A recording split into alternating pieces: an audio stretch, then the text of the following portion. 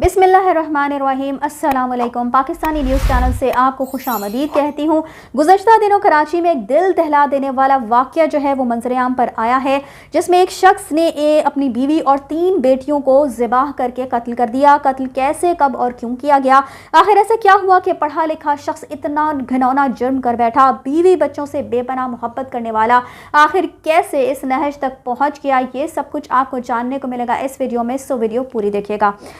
शमसी Malir society में रहने वाले फवाद नामी शख्स, जिसकी उम्र 40 साल के लगभग बताई जा रही है, उसने अपनी अहलिया और 3 बेटियों को बेदर्दी से ज़िबाह करके कत्ल कर दिया। मुर्दा पाए जाने वाले मुतासरीन की उम्रें 38, 16, 12 और 10 साल बताई जा रही हैं। इस शख्स की जो बीवी थी उसकी उम्र 38 साल थी और उसकी जो बेटियां थी 3 बेटियां, जिनकी उम्रें 16, 12 और 10 साल थीं। पुलिस ने जाए वकुआ से आला कत्ल जो कि छुरी है बरामद कर ली। इस शख्स ने बीवी और बेटियों के कत्ल के बाद खुद को भी ज़िबाह करने की नाकाम कोशिश की। Senior superintendent police Korangi Sajid Sadozai के मुताबिक मुश्तबा शख्स अब भी एक अस्पताल में शदीद ज़ख्मी है और बोलने से कासिर है, लेकिन ये शख्स जो है वो अपना बयान पुलिस को टाइप करके रिकॉर्ड करवा चुका है। उन्होंने मज़ीद कहा कि मुतासिरीन इस घर के किराएदार थे जहाँ पे जुर्म किया गया था। पुलिस को एक 38 साल खातून और 3 लड़कियों जिनकी उम्रें 12, 16 और 10 साल हैं बताई जा रही हैं, खून आलूद लाशें मिली हैं। पुलिस एहलकार ने बताया कि मुल्जिम, जो कि पेशे से एक निजी मसाला जात फरोख्त करने वाली कंपनी में सेल्स मैनेजर है,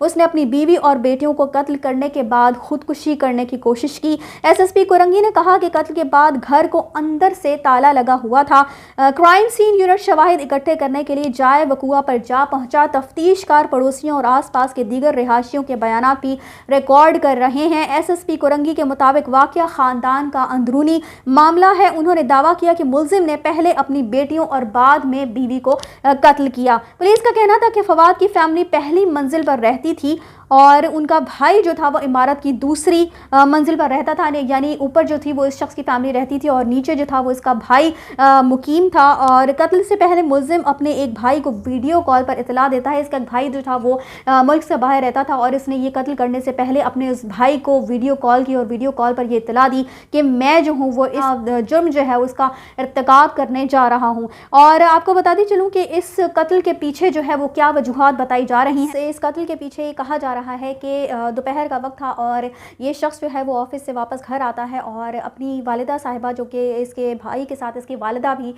जो निचले वाली मंजिल थे उसमें रहते थे, तो अपनी वालिदा को सलाम करने के बाद, अपनी वालिदा से मिलने के बाद ये ऊपर अपने घर में चला जाता है जहाँ पे इसकी बीवी और 3 बेटियाँ जो है वो रहती थीं। तो बीवी जो है वो इससे लड़ाई झगड़ा शुरू कर देती है और कहती है कि आप जो है वो पहले अपनी अम्मी के पास जाते हैं और बाद में, जैसे कि आप लोग जानते ही होंगे, कुछ जो ख़वातीन हैं उनको कुछ बातों पर एतराज़ात होते हैं, तो ऐसे ही कुछ एतराज़ात जो थे वो इन मियाँ बीवी के दरमियान भी हुए और लड़ाई झगड़ा जो है वो शुरू हो गया। इतनी ही देर में इसकी जो तीनों बेटियां हैं वो स्कूल और कॉलेज से वापस आ जाती हैं और उसकी बड़ी बेटी होती है जो कि 16 साल की बताई जा रही है, वो एक अलग कमरे में जाकर अपनी पढ़ाई जो है वो शुरू कर देती है और जो इसकी बाकी दोनों बेटियाँ हैं वो सोने के लिए एक अलग कमरे में चली जाती हैं। तो जब इन मियाँ बीवी की लड़ाई शुरू हो जाती है तो जो उनकी बड़ी वाली बेटी है वो रोना शुरू कर देती है और वालिदैन से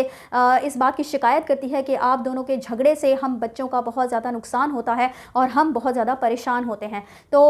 उसके बाद क्या होता है जी कि उसकी जो बीवी है वो नहाने के लिए वॉशरूम चली जाती है और इधर ये शख्स जो है वो बहुत ही ज़्यादा बताया ये जा रहा है कि ये शख्स पैसों की वजह से भी काफ़ी ज़्यादा परेशान था। 3 माह से इसको सैलरी इसकी नहीं मिली थी, जिस वजह से भी ये परेशान था और इसके अलावा ये कुछ इन्वेस्टमेंट का काम भी करता था और कुछ इन्वेस्टर्स जो थे शायद इस शख्स को परेशान कर रहे थे, क्योंकि इसने जैसे ही ये घिनौना काम जो है वो सरंजाम दिया है उसके बाद इसने कुछ इन्वेस्टर्स हैं जिनके नाम भी पुलिस को बताए हैं, उन इन्वेस्टर्स को इसने वीडियोस बनाई अपनी जो ये सारा काम सरंजाम दे चुका था। उसके बाद इसने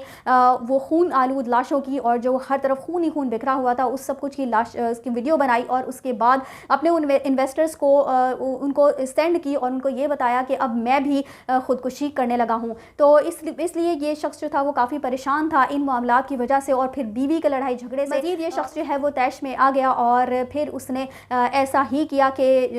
बीवी के वापस वॉशरूम से निकलने से पहले उसने अपनी बेटियों को एक एक करके ज़िबा किया اور بتایا یہ بھی جا رہا ہے کہ جیسے ہی بچیاں اسکول سے واپس آتی ہیں، کالج سے واپس آتی ہیں، تو ان لوگوں نے کھانا کھایا تھا اور شاید کھانے میں کوئی نشہ آور چیز جو ہے وہ ملا دی گئی تھی، جس کی وجہ سے بچیوں کی کوئی چیخو پکار کی، جس طرح سے خون بکھرا ہوا تھا پولیس کے مطابق کسی قسم کی مزاحمت کی